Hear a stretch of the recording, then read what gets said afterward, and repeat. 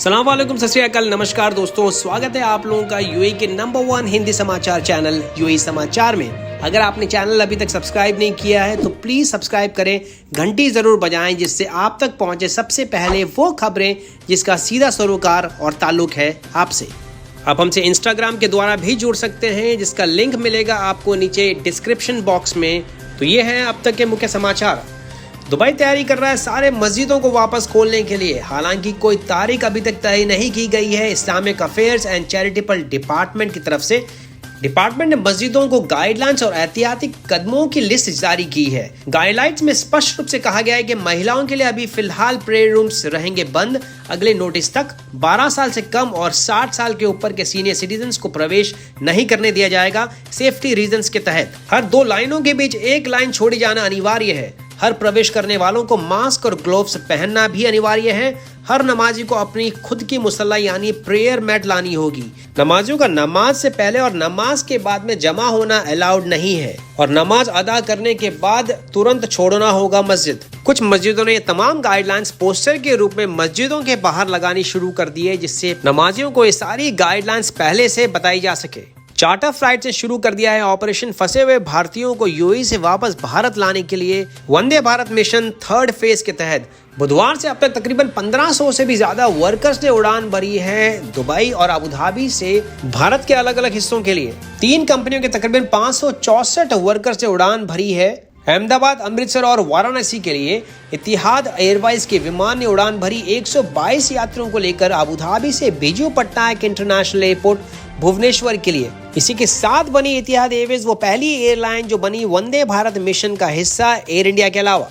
मैंगलोर के लिए पहली चार्टर फ्लाइट उड़ान भरेगी रासल खेमा से 1 जून के लिए। इस स्पाइस जेट की स्पेशल चार्टर फ्लाइट को किराए पे लिया है श्री प्रवीण शेट्टी ने, जो कि चेयरमैन है फॉर्च्यून ग्रुप ऑफ होटल्स के और प्रेसिडेंट है कर्नाटका नॉन रेसिडेंट यानी अप्रवासी कन्नड़ इंडियन फोरम ग्रुप के। इस फ्लाइट के जरिए तकरीबन 105 स्टाफ मेंबर इस होटल ग्रुप के पहुंचेंगे मैंगलोर। इस खबर को कंफर्म किया है भारतीय कौंसल जनरल दुबई में श्री विपुल ने। उन्होंने कहा 180 टोटल यात्री उड़ान भरेंगे 9:45 पे 1 जून को। आज दुबई से 6 फ्लाइट से उड़ान भरी जयपुर, कोच्चि, कन्नूर, कोझिकोड, तिरुवनंतपुरम और हैदराबाद के लिए, जिसमें कुल मिला के 1080 यात्रियों ने उड़ान भरी। इन फ्लाइट्स में कुछ पार्थिव शरीर भी शामिल थे। इसके अलावा 50 यात्रियों के एक जत्थे ने उड़ान भरी हैदराबाद के लिए। 150 से भी ज्यादा लोगों को टिकट मुहैया कराई गई है। कौंसिलेट, समाज सेवी संस्थान, स्पेशली बाप स्वामी नारायण संस्थान, जैन सोशल ग्रुप,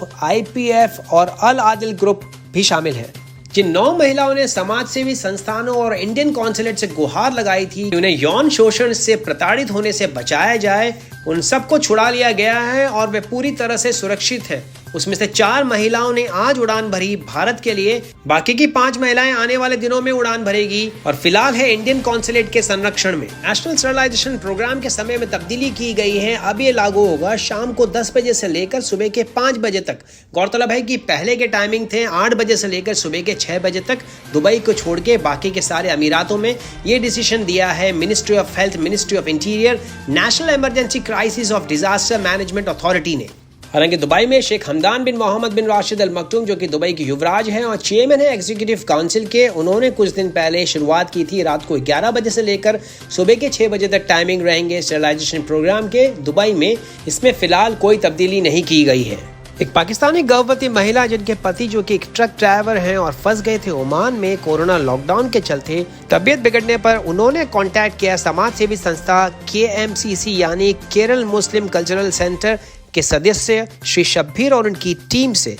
रमजान के आखिरी दिन, जिसके तुरंत बाद शब्बीर और उनके सदस्य न केवल श्रीमती तहमीना को समय रहते अस्पताल पहुंचाया बल्कि वहां का पूरा खर्चा भी चुकाया। KMCC संस्थान ने महिला को जल्दी डिस्चार्ज कर दिया गया हॉस्पिटल से और उनकी तबीयत अब स्थिर है। श्रीमती तहमीना और उनके पति श्री खबर अशरफ जो कि अब वापस यूएई पहुंच गए हैं, दोनों ने तहे दिल से शुक्रिया अदा किया श्री शब्बीर, खिजूर और उनकी टीम को। पिछले 24 घंटों में रिकॉर्ड किए गए 638 नए केसेस, जिनको मिला के टोटल संख्या हो गई है 33,170।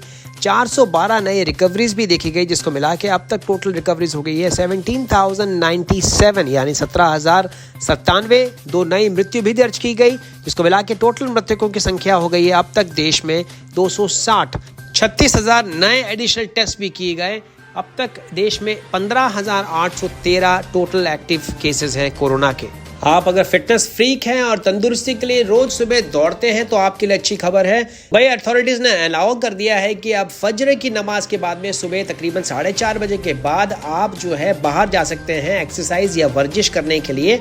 यह अनाउंसमेंट किया है supreme committee of crisis and disaster management Dubai ने। लेकिन इसके तहत सारे एहतियाती कदम आपको उठाने होंगे और 5 से ज्यादा लोगों का समूह में मिलना या दौड़ना या वर्जिश करना अलाउड नहीं है। एमिरेट्स एयरलाइंस ने लोगों को आगाह किया है कि ऐसी कोई ईमेल ना खोलें जिसमें सब्जेक्ट में लिखा गया हो कि आपकी फ्लाइट कैंसिल हो गई है और आप अपना रिफंड प्राप्त कर सकते हैं। एमिरेट्स एयरलाइंस ने खुलासा किया है कि ऐसी कोई भी ईमेल एमिरेट्स की तरफ से नहीं भेजी गई है। हालांकि इन ईमेल्स की जो ईमेल आईडी है वो देखने में काफी कुछ एमिरेट्स से मिलती जुलती है, लेकिन न दे ध्यान, एमिरेट्स ईमेल भेजने के लिए केवल 2 ईमेल एड्रेस का इस्तेमाल करता है। वो है emirates@e.emirates.email या फिर do not reply @emirates.email।